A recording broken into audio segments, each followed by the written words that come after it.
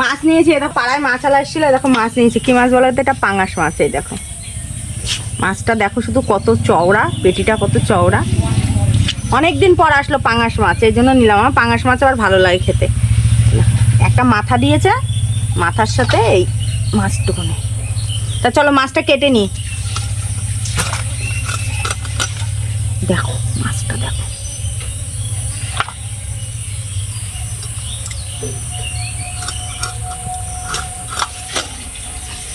একটা পিস হচ্ছে কি চওড়া খুব মাছটা। মাছালা বলছে এই জায়গাটা নেন, এইখানটা ভালো।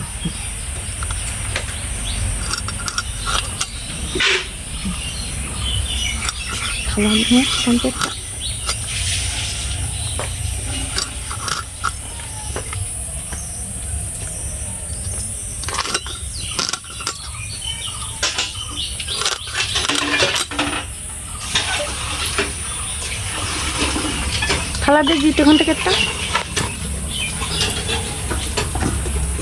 ওই মাছটা দুখন করেছে, ওই বড় খান।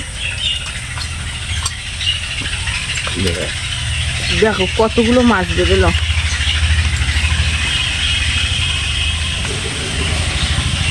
মাছটা কেটেছে কেমন করে, ওখান দিয়ে আরেকটা পিস বেরোতো।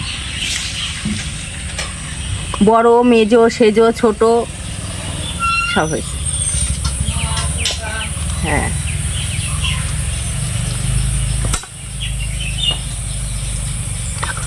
একটা, দুটো, তিনটে, চারটে, পাঁচটা, ছটা, সাতটা, আটটা। দেখো আজকে মাছ কাটা দেখালাম তোমাদের। দেখো আজকে মাছ, তারপরে কি কি রান্না করছি পরে তোমাদের দেখাচ্ছি। মাছ নিয়েছিলাম, মাছটা কাটা হয়ে গেল। এটা পাঙাশ মাছ, পাঙাশ মাছটা রান্না করে নিই। চলো তারপরে মাছ রান্না করে নিয়ে তারপর তোমাদের ভিডিও দেখাবো যে আজকে কি কি রান্না করলাম।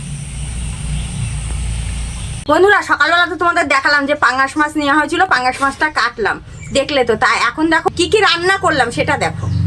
প্রথমে তো দেখো তোমাদের দেখাই ভাত। এই দেখো ভাত হয়ে গেছে। আজকে ভাতটা না একটু কালচে কালচে মতো হয়েছে, কেন বলো তো? আজকে হচ্ছে ওই কলা ভাতে দেওয়া হয়েছে, এই জন্য ভাতটা একটু কালচে কালচে মতো হয়েছে।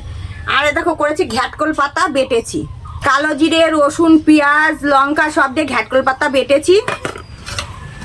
আর দেখো চিচিঙ্গা ভেজেছি। অনেকে কুশি কুশি বলে, কুশি বলে অনেকে, অনেকে চিচিঙ্গা বলে। আমি তো চিচিঙ্গা বলি, জানি না কে কি বলে।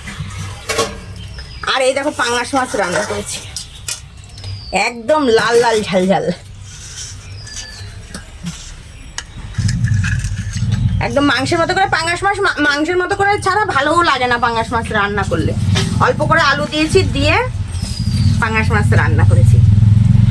তো চলো বন্ধুরা, ভিডিওটা যদি তোমাদের ভালো লাগে থাকে লাইক কমেন্ট শেয়ার করতে কিন্তু ভুলবে না।